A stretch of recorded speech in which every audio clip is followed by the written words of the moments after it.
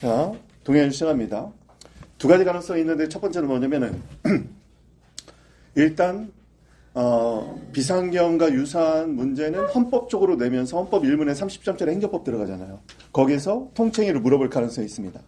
거기서 통칭의를 물어볼 가능성이 있고, 그러면 뭐 비상계엄을 그대로 내기는 조금 그런데 뭐 경제 위기다 해서 우리 법무 사례에서 나왔던 것처럼 그렇게 나올 가능성도 있고, 그리고 만약에 통칭의를 행정법적 시험으로 낸다면 통칭의가 논란은 됐으나 아니라고 결정 나온 거, 이게 서운 취소예요. 그러면 서운 취소는 사실 쟁점이 여러 가지가 있어요. 서운 취소는 첫 번째 쟁점이 됐던 건 뭐냐면은 사법심사 가능성이었어요. 서운 취소가 사법심사 가능성이 있느냐, 여기서 이제 피고 측 항변은 통칭이라고 이제 얘기한 거죠. 근데 여기는 통칭이 아니다.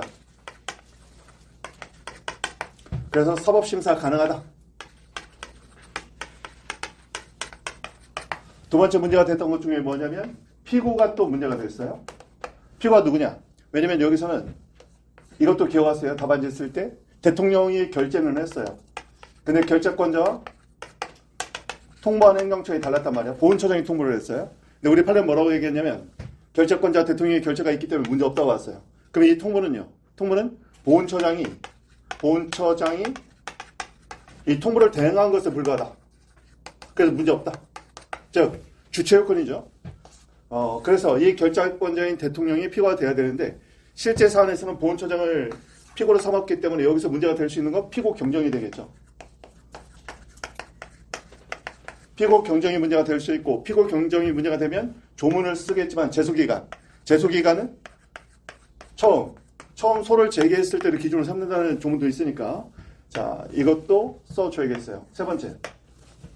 그러면 서운 취소 통보가 있는데 유족에게 서운 취소 통보가 됐거든요. 그러면 이게 언제 처분의 효력이 발생하느냐가 논란이 됐어요. 일단 사법심사 가능성이 있기 때문에 서운 취소 얘는 처분이긴 한데, 여기서 또 논란이 됐던 건 뭐냐면 서운 취소의 성격이 뭐냐는 거예요. 법적 성격을 뭐라고 봤냐면 일신 전속적 성격이 있다고 봤어요.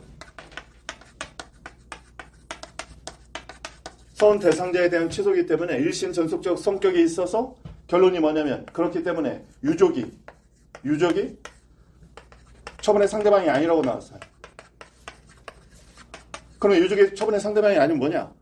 사실상 이런 서운과 관련해서 보관자의 지위, 사실상 그런 서운 이런 것들을 보관하는 지위에 불과하다고 봤는데, 이게 어떤 논리로 연결되는지를 알아야 돼요.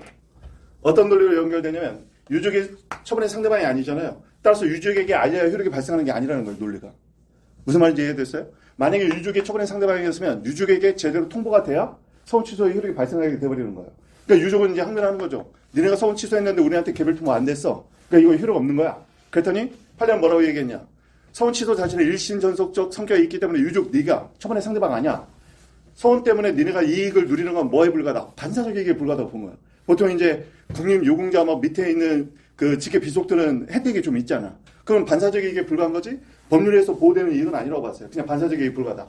따라서 이런 경우에는 처분의 상대방이 아니기 때문에 유족에게 통보되는 것이 효력 발생 요건이 아니다. 그럼 언제 효력이 발생하는데? 대외적으로 알 수 있게 알렸을 때. 대외적으로 알 수 있게 알리면 그때 처분이 성립하는 걸 보겠다는 겁니다. 이게 서울시도 관련해서 다 나왔는데, 여기서 통칭인지 논란이 됐지만 아니다. 행정법 시험 문제는 이렇게밖에 낼 수 없는 게 뭐냐면, 여기서 통칭이다. 그럼 사법심사 안 된다. 그럼 거기서부터 다 무너져 버리잖아. 더 이상 질문할 게 없어져 버리는 거예요, 지금. 그러니까 만약에 그런데 통칭이가 논란이 됐다가 아니라고 나온 판례는 얘밖에 없단 말이에요, 지금. 얘밖에 없기 때문에 만약에 이거 왜 통칭에 맞다, 이런 문제를 만약에 시험에 내려면 헌법 문제로밖에 못 내겠죠. 헌법 문제로 내면서 비상겸이라든가 비상경제명령이라든가 뭐 이런 거 내면서 우리 행정법 질문 하나 정도 딱 들어갈 수 있는 거예요. 그러면 만약에 예로 가서 헌법으로 가면 비상개업 이제 통칭에 맞다, 만약에 그럼 어떻게 되는 거예요? 사법심사 가능성이 소멸해버리죠. 가능성이 소멸한다는 거 봐요. 사법심사 대상이 되지 않기 때문에 대상 적격이 결여돼 버리는 거예요. 따라서 사법심사가 안 되기 때문에 유법이 이제 판단을 못 하죠. 유법 여부 판단을 못 하잖아. 그러니까 위법할 때 할 수 있는 국가배상도 안 돼버리는 거예요. 그러면 손실보상은 논란이 있어요. 왜냐면 통칭에서 적법하면 적법한데 손해가 발생했으니까 손실보상을 가능하게 봐야 된다는 학자들도 있고. 근데 손실보상은 적법을 전제하는데 야 아예 위법인지 적법인지 판단 자체를 못하잖아. 그러니까 안 돼. 라고 얘기하는 쪽과 어쨌든 통치행위에 해당되면은 국가 통치행위니까 이건 적법한 걸로 합헌적인 적법한 걸로 봐야 되는 거 아니야? 그러니까 손실보상 가능하게 좀 이동 구성해주자. 이런 논란도 있는 거예요. 여기까지는 물어볼 수 있겠다. 통치행위에 해당되면 통치행위로 손해가 발생했을 때 국가 발생이 가능하겠느냐? 위법 여부를 판단할 수 없기 때문에 안 된다고 보겠지만 여러분 안 된다고 보면서 그렇지만 이런 경우에도 국민의 기본권이 침해됐다면 사법심사가 가능할 수 있다는 헌재 논리를 좀 끌어오면서 안 되지만 이런 경우에도 국민의 권익구제의 필요성이 훨씬 더 크다고 몰고 가서 나는 가능하다고 보겠다. 이렇게 다른 견해를 제시하는 건 좋아요. 이럴 때는 다른 견해를 제시해 주는 것도 괜찮아. 일단 위법 심사 자체가 안 되기 때문에 국가배상도 할 수 없다. 왜냐하면 법원 자체가 위법한지 심사 대상이 아니어져 버리잖아요. 이게. 국가배상 청구 소송을 제기하면 아예 위법한 행위인지 법령 위반 자체를 판단 못 한다는 거예요. 사법심사가 안 되니까. 그렇지만 그래서 그걸 써줘. 그래서 안 된다. 원칙적으로는. 사법심사 대상이 아니니까 법원이 성결 문제로서 법령 위반 여부를 판단할 수 없다. 그러니까 이런 경우는 기각이 될 거다. 여기는 각할 테고 국가배상에서는 국가배상 청구권의 성립 요건 중에 법령 위반 자체를 판단할 수 없기 때문에 공권이 존재하지 않는다. 여기는 기각이 되겠죠. 그런데 다른 견해를 제시하라고. 위법용으로 판단하지 않지만 국민의 기본 침해가 명백하다면 헌재 같은 경우는 사법심사가 가능하다고 봤는데 이런 논리로 국민의 권익구제의 필요성이 훨씬 더 크므로 이런 경우에는 예외적으로 심사가 필요하다고 본다. 그러면서 다른 견해를 제시해주면 좋을 것 같아요. 이게 지금 통치행위가 시험에 나왔을 때 문제가 될 수 있는 거의 전부라고 보여져요. 우리 저쪽에 있는 그 사람 때문에 참 공부할 게 막 늘어나? 자꾸. 원래는 나올 문제도 아니었는데. 갑자기 통치행위를 꺼내서 어제. 이건 통치행위라는 거야. 그래서 사법심사 대상이 아니다. 그렇게 얘기해버렸네. 윤석열 대통령 비상계엄은 이건 통치행위니까 사법심사 대상이 아니다. 갑자기 머리 통치행위 공부해야겠다 이제. 어쩔 수 없이. 자, 그 등을 보시고. 자, 226페이지 한번 봅니다. 예상지문 1번 있죠? 어제 했었는데 1번 지문 한번 봐요. 국방부 장관이 구체적인 금액을 확인 결정에 따라 이 확인 결정에 첨성이 있다고 했고 확인 결정 전에 당사자 소송을 제기할 수 없다고 했죠. 그런데 확인 결정함에 따라 그러면 어떻게 된다고? 옆에 있는 공법성 권리 위에다가 구체적 권리가 이때 발생한다고 했어요. 그렇죠? 그래서 확인 결정을 받지 않고 확인 결정 전에 그런 공권이 있다는 것을 확인받을 수 있는 당사자 소송을 제기할 수 없는데 확인 결정하면 구체적 공권이 발생해. 그러면 이제 당사자 소송을 제기할 수 있는 거예요. 자, 그래서 헷갈리면 안 돼. 결정함에 따라 이 단어가 중요해 지금. 이거는 올해 우리 시험에서 나왔던 거하고 비슷하죠. 여기 보세요. 이제 객관식으로 대비하는 거야. 퇴직공무원은요. 자신이 퇴직할 때 마지막 소속돼 있던 기관장의 확인서를 받아서 공단에다 연금공단에다 공무원 연금공단에다 나 퇴직연금 주세요. 지급 신청을 해요. 그러면 공단에서 지급 결정을 해. 그러면 여기서 지급 결정이 되면 어떻게 되냐면 얘는 연금, 연달아 받는 금액이잖아. 연금, 지급 대상자가 되는 거예요. 그러면 연금이 이제 달마다 나오는 것이지. 우리 판례는 어떻게 봤냐면 이 신청에 따른 지급 결정, 얘가 처분이라고 봤어요. 얘는 처분이다. 그런데 지급 결정이 되면 구체적인 연금 대상자로 확정이 되면서 달마다 얼마씩 나오잖아요. 이건 공법에 의해서 나오기 때문에 이때는 이제 구체적 공권이 발생해. 구체적 공권이 뭐에 의해서? 법률에 의해서 발생한단 말이에요. 그런데 법이 개정돼서 일부를 안 주었더니 미지급된 부분 청구하는 거 그거는 당사자 소송의 대상이 된다고 했어. 이 두 가지 기억해야 돼요. 공단의 지급결정은 처분이지만 지급결정된 이후에는 이 구체적 공권을 실현할 때는 당사자 소송으로 가는데 이 구하고 이하고 똑같죠. 얘는 지금 뭐예요? 방금 본 거는 공단 대신 국방부 장관. 국방부 장관이 이런 결정을 하면 확인 결정을 하면 얘가 처분이고 확인 결정된 이후에 그 권리 실현은 당사자 소송. 구도가 지금 똑같단 말이에요. 그게 226페이지였어요. 자, 그 정도 보시고 넘어가서 227페이지입니다. 얘는 올해 기출 문제였어요. 첫 번째 그 예상지문 판례 있죠. 이게 올해 590채 사례 문제였습니다. 따라서 별표 쳐놓으세요. 사례는 객관식으로 나올 수 있겠죠. 예상지문 이게 올해 사례에서 답에 쓸 내용이었어. 지금 보니까. 자, 거기 보면 똑같아요 지금. 여러분 모의고사 봤죠? 모의고사 올해 5급 문제 냈잖아요 제가. 그 문제였어. 자, 입안 제한을 거부한 사건에 대해서 이익형량 화재가 있어 취소 판결이 확정되고 이후 새로운 이익 형량을 해서 여기서 이익 형량이 뭐다? 절차법 40조 해서 형량명령이죠, 지금. 여기는 그냥 판례가 이익 형량으로 썼지만 우리가 알고 있는 용어로는 절차법 40조 해서 형량명령이에요. 형량명령 원칙을 준수한 거지. 그러면 위반된 내용과 다르게 도시관리계획을 수립하더라도 기성유 위반 아니다. 자, 올해 사례 문제였고 우리가 이미 시험을 한번 봤습니다. 넘어가서 229페이지. 당사자송 예상지문 2번 있죠? 이건 중요하다고 했죠? 체크합니다. 좀 어렵긴 하지만. 이것도 기억하시고. 청산급 채권을 양수한 사람은 당사자송으로 지급을 구할 수 있다. 청산급 채권을 양수한 자는. 그런데 저번 시간에 적었던 것처럼 뭐는 안 된다고 했어요? 저번 시간에 했나? 행시에서 했나? 막 기억이 가물가물하네. 자, 이거 제가 여기서 했는지는 잘 모르겠는데 여기 보세요. 소형재개를 거쳐서 소형재개는 보상금 결정이 이루어지잖아요. 보상금이 결정됩니다. 이 보상금이 뭐라고요? 손실보상 청구권이죠. 보상금이 결정되고 얘는 공권이에요. 공권의 주물을 다투니까 당사자 소송의 대상이 되는데 수용재개는 뭐예요? 얘는 토지보상법 34조의 수용재개는 지방토지수용위원회 또는 중토에서 하면 얘는 원처분이라고 했어요. 그리고 이 안에 보상금 결정이 이루어졌다고 했죠. 그런데 만약에 잘 보세요. 보상금 청구권인데요. 이 권리를 채권자가 압류해서 추심하려고 합니다. 추심 채권자가 있는데 그러면 얘는 지금 권리 행사를 가능한데 얘가 추심 채권자가 이 보상금에 관해서 보상금, 증감 청구 소송을 더 증액해달라 청구 소송을 할 수 있느냐? 이거 본 기억납니까? 된다 안 된다? 결론부터 기억하세요. 된다 안 된다? 안 된다. 왜 안 된다? 판례 동거는 딱 하나예요. 그것만 기억하세요. 보상금 증감 청구 소송의 실질은 뭐라고요? 실질은 항고소송이다. 왜 항고소송이에요? 수용재기라는 원처분에서 보상금 결정을 깨트려야 되기 때문에 이 원처분을 다투는 그런 항고소송의 실질이 있다는 겁니다. 그러면 항고소송은 누가 당사자 주격을 가져요? 처분의 상대방이. 처분의 상대방이 당사자 지위를 갖기 때문에 판례는 뭐라고 얘기했냐면 이 보상금 청구권자가 자신의 채권이 압류되고 추심하려고 하는 추심채권자가 있다 하더라도 원래 수용재개를 받았던 사람의 당사자 지위는 소멸하지 않는다. 따라서 보상금 증감 청구소송은 누가 제기할 수 있다? 수용재결, 즉 원처분의 상대방만 할 수 있다. 추심채권자가 당사자 지위를 가질 수 없다. 당사자 적격 없다. 이 판례 같은 경우는 소송법적으로 굉장히 의미가 있죠, 지금. 그러니까 꼭 알아둬야 되는 거는 어디서 나왔는지는 기억이 안 나지만 하여간 재판에서 봤나 어디서 봤나 하여간 이 판례 있었죠. 꼭 체크해 놓습니다. 중요한 판례니까.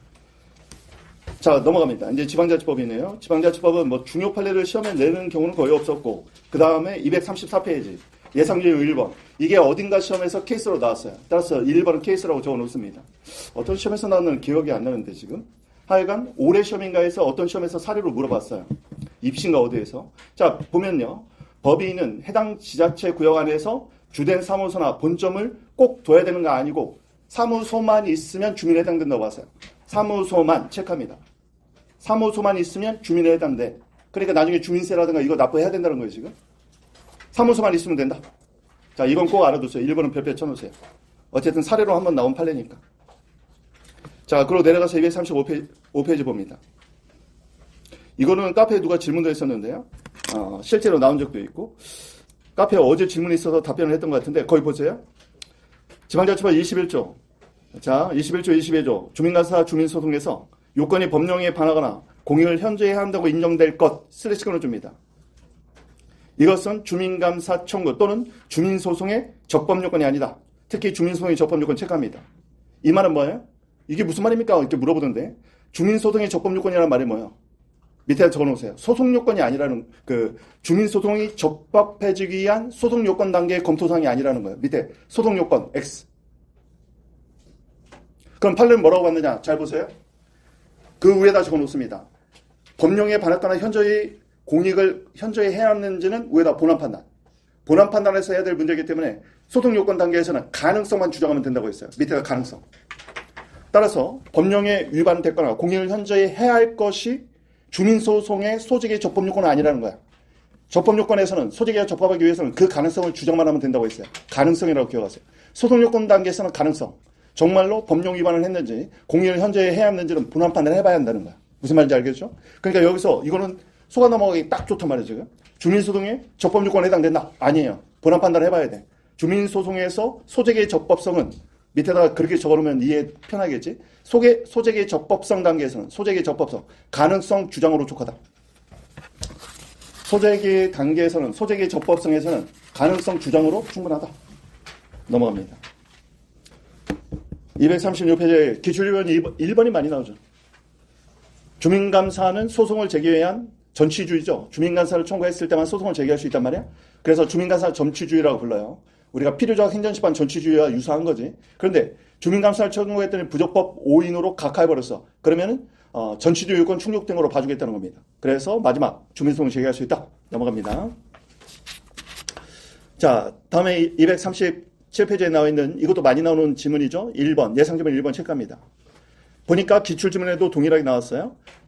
기출지문으로 볼게요. 주민소송의 대상은 주민감사를 청구한 사건과 관련 있는 것으로 충분하다. 왜 다 동일했어? 동일할 필요는 없어요. 동일할 필요는 없고 관련만 있으면 충분해.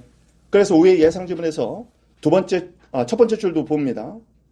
직접적 명시적 감사 청구 대상만 그대로 주민소송의 대상이냐? 그렇지 않다고 봤어요. 2번, 관련이 있으면 충분하다. 그럼 관련 있는 게 뭔데? 세 번째 줄, 기사동, 기본적 사실관계 동일성으로 판단한다. 옆에 파생, 후속, 관련이 있다고 볼 수 있다. 자, 관련 충분하다. 관련이 뭐냐? 기본적 사실관계 동일성, 파생, 후속 포함. 이렇게 기억합니다. 넘어가고. 따라서 주민소송을 우리 시험에서 사례로 이미 한번 냈어요. 근데 만약에 또 나온다면 이런 판례를 써주는 게 득점 포인트야. 나머지 조문은 다 베끼려고 하지 말고 그냥 조문 표시만 정확하게 해주면 된다고 했죠. 가료에. 조문을 다 똑같이 옮기는 건 바보 같은 짓이야. 몇 조, 몇 항, 몇 호 이것만 딱 써주고 관련 판례만 정확히 적어주면 득점 포인트가 되는 거야. 넘어가서 238페이지 기출 1번, 2번 별표. 자, 거기서 학교 설치, 임시회사 선임. 이거는 시도교육감의 자치사무라는 거 꼭 기억합니다. 국가사무가 아니에요. 학교 설치, 임시회사 선임. 이거는 시도교육감의 자치사무다. 이거는 사례로도 나올 수 있는 내용이니까 체크합니다. 다음. 239번은 뭐 패스할게요. 국가하천이니까 국가소유 하천이죠. 다만 단체장이 관리청이 되는 거에 불과해요. 단체장은 관리청이 불과하니까 국가하천. 자, 이거는 위에다가 한번 케이스라고 한번 적어볼게요. 국가하천 위에다 줄 빼고 국도를 적어놓습니다. 550제 이걸로 나와서 국도로. 그런데 국도니까 국가 소유죠. 그런데 관리청은 누가 된다? 단체장이 됩니다. 그러면 국가배상 책임을 어떻게 인정되는 거예요? 첫 번째, 기억하세요? 자, 보세요. 국도 또는 국유 하천이야. 그럼 소유자는 누구라고요? 소유자는 국이죠. 국가. 근데 관리청은 누가 된다? 단체장이 돼. 그 국도와 국유 하천이 지나가는 그 관할 단체장이 관리청이에요. 그런데 이게 논란이 된 건 뭐냐면 명시적으로 단체장이 유임한다는 규정은 없거든. 그래서 논란이 있어요. 이 사무를 뭘로 볼 거냐고. 그래서 아예 그냥 지자체로 넘어간 거로 봐야 된다. 뭐 그래서 자치사무다 이런 견해도 있고 단체에서 사무다 기관임 사무다 논란이 많지만 대부분 학자들은 기관임 사무로 봅니다. 기억하세요? 국도나 국유와 하천을 단체장이 그 사무를 위임받아서 하는 것은 단체장, 기관이 하는 거니까 기관임 사무로 봐. 그러면 5조 책임은 누구에게 있어요? 5조 책임은 원래 위임청에 속한 국가에게 있는 거지. 그럼 6조 1항 형식적 비용 부담자는 누구예요? 얘는 마지막에 돈을 지출한 자이기 때문에 얘는 지자체가 되는 거예요. 그럼 6조 1항의 실질적 비용 부담자는 원래 국가사무가 위임됐으니까 국가가 뒤에서 보조금을 대겠죠. 그래서 국가가 돼요. 이게 국도로에서 5007에 출제가 됐어요. 만약에 국가배상법과 지방자치법을 결합하는 문제가 나오면 얘가 나올 가능성이 있는 거예요. 왜냐면 종합적인 문제잖아요. 지자체법하고 지방자치법하고 국가배상법을 결합시킨 문제란 말이죠. 저건 꼭 알아두세요. 사례형 객관식으로도 나올 수 있는 문제니까. 사례형 객관식 팁을 하나 가르쳐 드릴게요. 사례형 객관식에서는요. 국가하고 지자체가 나왔어. 근데 누구 하나는 배상 책임이 없다. 그럼 무조건 틀려. 기억하세요? 객관식에서는 국가든 지자체든 무조건 어떻게 하든 배상 책임자가 돼. 그러니까 누가 안 된다 그러면 틀린 지문이야. 국가 배상 만약에 지문으로 나왔을 때는 그렇게 이해하면 돼요. 객관식 그렇게 맞추면 돼. 다 책임이 있어. 국가든 지자체. 그러니까 누구는 책임이 없다 그러면 틀린 지문이야. 넘어갑니다. 240페이지 넘어가서 봅니다. 이거는 조금 지엽적이긴 하지만 이런 지문은 이제 법정의 모의고사 지문에서 많이 나오는 건데 예상 지문 2번 한번 볼게요. 거기 보면 조례안이 뭐냐면 전 직원을 대상으로 호봉을 재산정하고 생활임금을 반영하라. 이런 조례예요. 자, 여기서 한번 생각해 보세요. 호봉 재산정에서 생활임금을 반영하래. 좋죠. 좋은 거지. 좋잖아. 생활임금을 반영해서 지급해 주라 했잖아, 지금. 그럼 굉장히 의도가 좋잖아. 그럼 법원에서는 어떻게 생각하겠어? 이 조례는 좀 합헌인 걸로 좀 끌고 가야 되겠구나. 이렇게 뉘앙스를 잡으세요. 그래서 얘는 적법하지 않아. 제일 끝에 위법하다고 볼 수 있다. 틀렸습니다. 판례는 적법하다고 봤어. 적법하다고 보는데 논리로 뭐라고 잡았냐면 조례가 그렇게 하긴 했지만 네 인사권을 침해한 게 아닌 게 뭐냐면 호봉을 재산정해서 생활임금을 얼마큼 반영할지에 대한 내용이 없어. 그건 여전히 너한테 재산권이 있기 때문에 네 재산권을 침해하는 게 아니야. 그래서 합헌으로 끌고 가세요. 생활임금 반영. 오, 좋아. 적법. 이렇게 기억하시면 되고, 논거는 그 단체장의 호봉 산정이라든가 생활임금 반영 비율에 대한 가이드라인이 없어요, 여기서는. 그건 단체장이 정할 수 있기 때문에 재산권을 침해하지 않은 걸로 봤어요. 넘어갑니다. 자, 체크. 넘어가서 보면 3번 지문은 좀 지역적이니까 뺄게요. 예상 지문은 1번은 체크합니다. 자, 여기는 별표 하나 쳐놓으세요.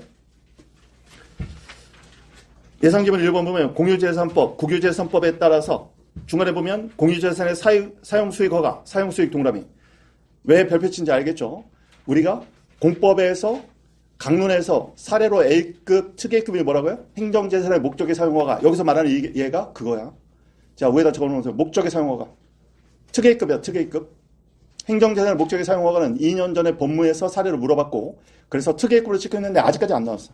그러니까 나올 차례가 딱 됐어. 강론에서 딱 2개만 찍어주세요. 첫 번째, 행정재산의 목적의 사용. 두 번째, 조합. 특히 조합은 행정소송규칙 19조 3호에 있다고 했죠. 그거 반드시 물어볼 수 있으니까 2개를 특A급으로 찍어. 하나만 더 찍어주세요.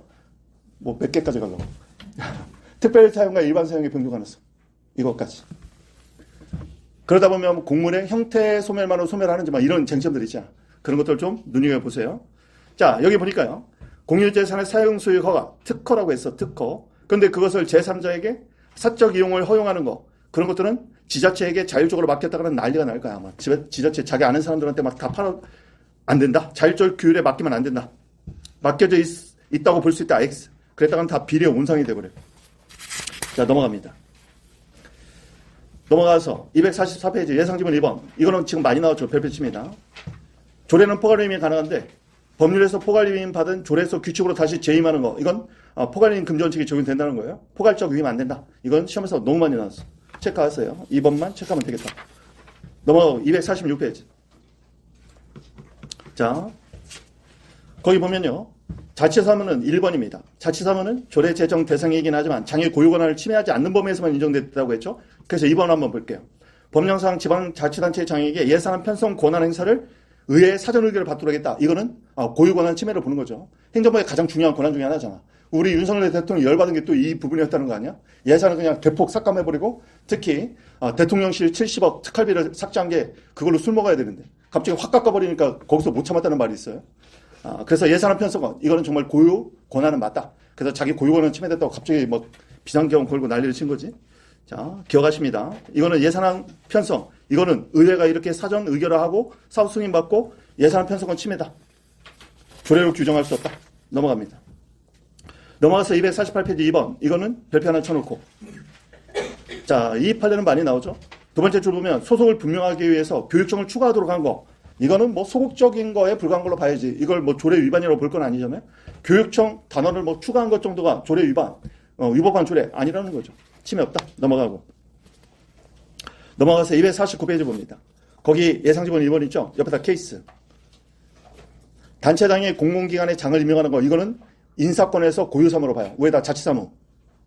자치사무 줄 긋고 인사권 행사니까 인사재량이라고 적어놓습니다. 그래서 조례로 규정할 수 없어요. 그래서 지방위에서 인사검증을 해서 낙마시켜버리는 거. 이거 법률 위반으로 봤어요. 이거는 예전에 모의고사 같은 데서 한 번씩 나왔어. 기억하세요? 단체장이 공공기관 장을 임명하는 거. 지방공기업 사장 2번 임명하는 거. 이거는 자치사무고 단체장의 고유권한으로 봐요. 그래서 이 인사권은 침해할 수 없다고 봅니다. 넘어가시고 공무원법으로 넘어갑니다. 255페이지 1번 승진 인용 방금 본 것처럼 광범위한 차량. 왜요? 인사권 행사니까 광범위한 인사 재량이 있다. 넘어갑니다. 256페이지. 자, 거기 기출지문이니까 좀 볼게요. 밑에 국회 8급이 원래 제일 어려운 문제 중에 하나인데 7급보다 더 어려운데 거기 볼게요. 중징계 의결 요구 중이자, 중징계라고 하면 우리가 파면, 해임 뭐 이런 것들이지. 유교적 공무원에게서 직위 해제 처분한 경우에는 징계 의결이 있기 전까지만 직위 해제를 하여야 하나 슬래시. 징계 의결이 있으면 직위 해제는 이제 끝나버리지. 해당 공무원에 대해서 징계 의결이 있었고, 이에 대해서 징계 의결이 있었고, 징계 의결이 동그라미. 그러면 직위 해제는 효력이 이제 상실되는 거죠. 그런데 이에 대해서 징계 의결 요구권자가 자기 양이 안 차. 그래서 재심사를 청구했어. 그러면 직위 해제 효력이 다시 부활해서 연결되느냐? 그건 아니라는 거야. 자, 재심사 청구, 직위 해제 유지 X. 그러면 안 되겠죠. 공무원의 신분보장이라는 측면에서 봤을 때. 자, 그 정도 보시고. 그 다음에 257, 이건 좀 어렵긴 한데, 내용적으로는 이해는 그렇게 어렵지 않을 거예요. 거기 보면, 첫 번째 줄 보면 원칙적으로 직권면직 기간은 계급 정년 기간에 포함됩니다. 계급 정년제가 뭔지 알죠? 그 계급에서 몇 년 동안 머무르는 거 이런 거 있잖아요. 포함된다고 볼 것이지만 밑에 두 번째 줄, 임명권자가 직권면직할 때 중단 귀책 사유가 있어서 그러면 마지막 결로 예외적으로 직권면직 기간이 계급 정년 기간에서 제외된다. 그러면 더 머무를 수 있는 거지. 그 직급에서. 결국 계급 정년제 채우고 나서 지금 못하면 옷 벗고 나오잖아요. 군인들도 그렇고 경찰들도 보면은 군인도 그래서 나중에 스타 못 따면 대령 달다가 결국은 옷 벗어버리잖아. 그 중령에서 대령 올라갈 때도 그렇고 그게 되게 어려워서 못 올라가면 결국 옷 벗어버리거든. 자, 258페이지 봅니다. 거기 예상기별 1번의 두 번째 줄 한번 볼게요. 승진 후보자 명부에 높은 순위 반드시 임용해야 되느냐? 아까 말했죠. 광범위한 인사재량. 반드시 승진 임용해야 되는 건 아니야. 광범위한 인사재량이 있는 거죠. 넘어갑니다. 자, 넘어가서 261페이지. 1, 2번을 한번 볼게요. 교원소총위원회 결정은, 얘는 교원소총위원회 결정은 두 가지죠. 위에다가 국공립교원이면 얘는 재결이죠. 행정심판이 재결이 되는 거고, 사립교원이면 원처분이 된다고 했어요. 우리 시험에서 엄청 많이 나왔죠. 한 3번 이상 나왔어. 그래서 우리 시험에 나왔던 거 한번 다시 한번 좀 보세요. 자, 봅니다. 국공립교원, 얘한테 해인첨이 나와서 사립교원, 소청결정, 다음 소외 대상, 소청결정, 소외 대상, 피고. 어떻게 돼요? 국공립교원 같으면 얘가 원처분이죠. 사립교원의 해임은 사법상 고용계약의 해제에 불과하기 때문에 얘가 원처분이 아니라 얘가 원처분이야. 그럼 얘는 행정심판의 재결이죠. 소의 대상은 원처분주의.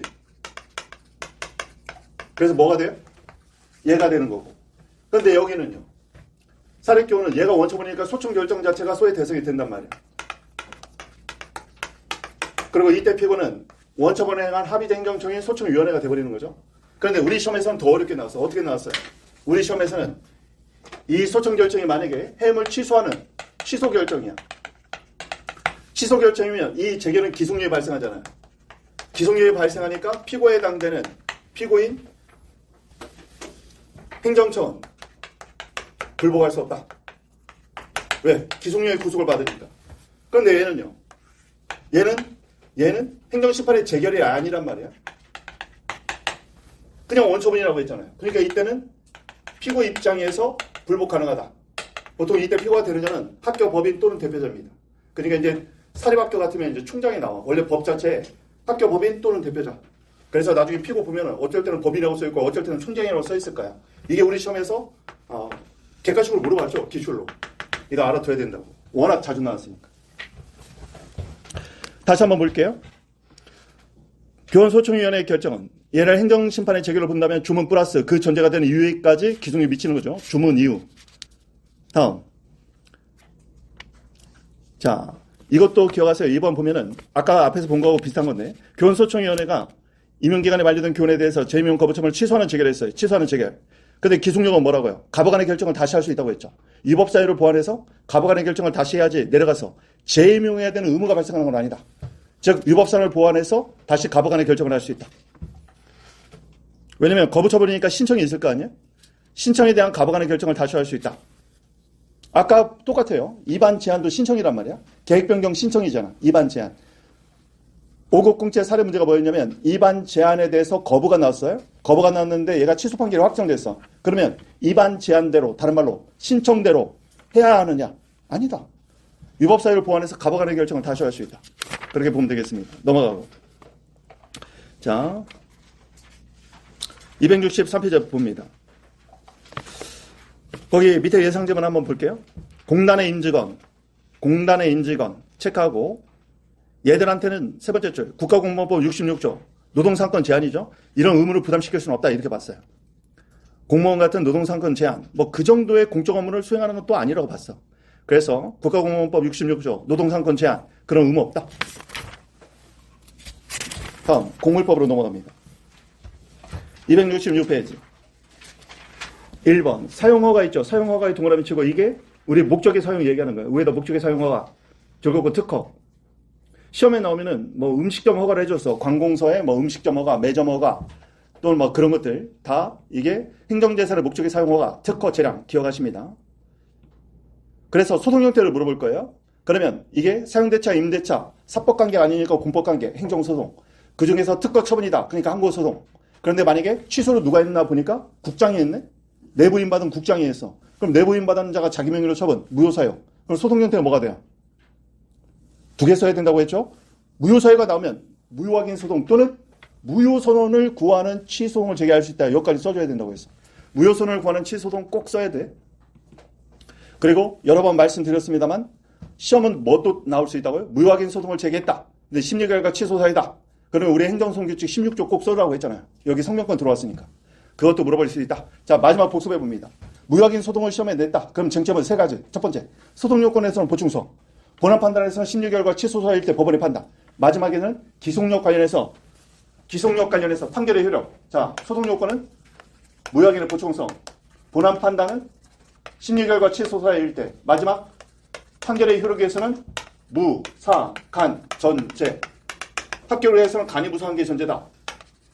무효사유일 때는 사정 판결 안 된다. 이것도 기억하시고. 간접강제 규정이 없다. 행정처관 전치주의 적용되지 않는다. 제소기간 적용되지 않는다. 논란이 있는 부분은 이거죠. 얘는 노무사 행정쟁수법에서 물어봤어요. 왜냐면 38조에서 준용하고 있는데 38조에서 보니까 30조를 준용했네. 30조를 준용했으면 30조 2항에 제처분 의무는 발생하잖아요. 그러면 제처분 의무를 불이행하면 34조 간접관계로 넘어가는데 문제는 뭐냐면 38조에서 30조는 준용했는데 34조를 준용 안 했단 말이에요. 그래서 이것이 노무사 시험에서 출제가 됐어요. 무사간 전제도 기억하시고 시험에 나온다면 저는 얘를 좀 찍어볼게. 왜요? 행정소송 규칙 때문에. 그리고 성명권이 들어왔다는 게 굉장히 의미 있잖아. 맨날 민소법 준용하다가 민소법 뭐 136조 준용하다가 갑자기 우리 여기서 성명권 규정이 딱 들어왔단 말이에요. 그냥 대법원에서 만든 행정소송 규칙에. 그래서 얘를 내고 싶을 것 같아. 기억하시고. 그러면 무효확인 소송인데 심리결과 취소사유다. 그럼 볼 것도 없이 절차상하지 않으면 위헌법률 근거한 처분 또는 법령 해석 적용을 잘못했는데 명백하지 않아서 취소사유인 경우 셋 중에 하나 나오겠죠. 넘어갑니다. 267페이지. 자, 기출주문이니까 알아둡니다. 첫 번째 보니까요. 어떤 토지가 블러블러 그 끝부분 공로에 제공돼 있어 자기의 토지가. 그래서 소유권 행사에 제한을 받고 있어. 이런 경우는 이제 사회적 제약 범위 내로 보죠. 그런데 나중에 세 번째 끝부분 통행 금지를 청구하는 거 이거 권리남용 될 수 있다. 이 말이죠. 넘어가서 270페이지입니다. 예상지문 1번 볼게요. 벌도 처리. 사업 시행자 지정은요. 이건 특허라고 봐야 돼. 공익사업 시행자로서의 포괄적 법적 지위를 설정한단 말이야. 따라서 밑에 보면 권한을 부여하는 처분이다. 이 말은 뭐냐면 포괄적 법적 권한을 주니까 얘는 특허란 얘기야. 밑에다 특허라고 적어놓습니다. 나머지는 패스하시고. 넘어가서 272페이지. 아까 전에 했던 게 여기 있네요. 거기다 별표 2개 쳐놓으세요. 4번 판례. 특히나 3년 안에 판례인데 전압 판례네. 전압에 동그라미 치고 별표 3개. 내용은 이미 설명드렸어요. 273페이지 봅니다. 예상지문 1번. 자, 두 번째 줄 보면 손실보상 채권에 대해서 압류 추심명령이 있는 경우 채무자인 토지 소유자의 보상금 지급을 구하는 소송을 제기하고 그 소송을 수행할 당사자 적격을 원래 채무자에 해당되겠죠. 압류 채권에 그 원래 토지 등 소유자가 당사자 적격을 상실하느냐? 아니다. 2번 보세요. 보상금 증액 청구 소송에서는 청구 채권에 대해서 압류 추심 명령이 있더라도 토지 소유자 등이 여전히 당사자 적격을 갖고 있다. 자, 위의 내용 읽어보시고 거기 화살표 있잖아요. 이건 제가 해설 다루는 거니까 화살표 보면은 보상금 증액에 관한 소송은 형식적 당사자 소송으로서 항고소송의 실질을 갖고 있어요. 대법원은 이런 특색에 착안해서 손실보상 채권에 대한 압류 추심 명령이 있더라도 추심 채권자가 이러한 지위까지는 취득할 수 없다. 왜요? 처분의 상대방이 아니니까. 그래서 수용 재결의 상대방인 토지건물의 소유자가 여전히 항고소송을 다룰 수 있는 지위가 있기 때문에 항고소송의 실질이 있는 보상금 증감 청구 소송의 당사자의 지위를 유지한다고 봤어. 이건요, 지금 우리가 본 것 중에서 강론의 유일한 전원 합의체 판결이에요. 그러니까 별표 3개 쳐놔야 돼요.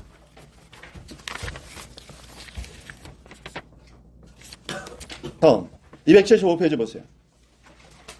세 번째 줄 보면 협의취득 줄 빼고 판례는 뭘로 봤다고요? 협의취득을 사법상 개혁으로 봤어요. 옆에다 사법상 계약 줄 긋고 사법상 계약에 의한 취득을 뭐라고 부르죠? 민사에서 얘는 승계취득이다. 승계취득. 따라서 밑에다 비교 표시 원시취득 X. 그렇게도 많이 나왔어요. 객관식에서. 다시 한번 협의취득은 사법상 계약에 의한 취득이니까 승계취득. 이것도 기억하시고. 그런데 그 다음 볼게요. 협의취득이 당연무효인 경우 환매권을 행사할 수 있다 없다? 없다. 왜 그렇죠? 협의취득이 당연무효면 어떻게 되는 거예요? 법률상 원인이 없어졌기 때문에 소유권을 이전하지 않은 거죠. 그러면 환매권을 행사할 게 아니라 뭘 행사해야 돼요? 소유권에 기한 방해배제 청구로 들어가서 자기한테 이전 등기를 받아버려야지. 그러니까 이런 경우는요. 협의취득이 당연무효라는 말은 쉽게 말하면 여러분이 알고 있는 사법상 계약 자체가 무효라고 보면 돼요. 사법상 계약이 무효라면 그러면 소유권 이전 자체가 무효가 되어버렸기 때문에 이런 경우에는 소유권이 당연 회복이 돼 있으니까 소유권에 기한 방해배제로 상대방의 이전 등기 말소 청구를 하면 되는 거지. 그래서 환매권 행사의 대상이 아니라는 판례입니다. 이것까지 기억하세요. 넘어갑니다. 276페이지. 이런 것들은 이제 여러분이 실무에 나오면 중요하겠네. 왜냐면 이런 것들은 속가가 엄청 크잖아요. 예상기본 1번 봅니다. 볼도 처리만 보세요. 토지 소유자들로부터 조합설립 동의를 받기 전에 분담금 추산액에 관해서 그 옆에 산정 공식만을 기재한 거 이걸 무효로까지는 보지 않겠다. 왜냐면 산정 공식을 기재하고 공식대로 계산하면 되잖아요. 그러니까 나중에 이런 부분은 충분히 추후 보완도 가능하고 그리고 산정 공식이 이미 기재가 됐기 때문에 내용이 확 바뀔 일은 없다는 거야. 그래서 무효는 아니다. 넘어가고 277페이지 예상지문 1번. 얘는 많이 나왔으니까 체크하세요. 공공조합 같은 경우는 총회를 새로운 총회 결의로서 철회 변경할 수 있는 재량이 있다. 기억하십니다. 철회 변경할 수 있다. 다만 조합안의 권리움에 중대한 영향을 미칠 때는 이익 형량은 필요하다고 봤어요. 넘어가고 278페이지 실내법 원칙에서 공적견해 표명 체크하고 위에다 확약도 적어놓으세요. 우리 판례는 확약과 공적견해 표명, 확약도 공적견해 표명 일종이야.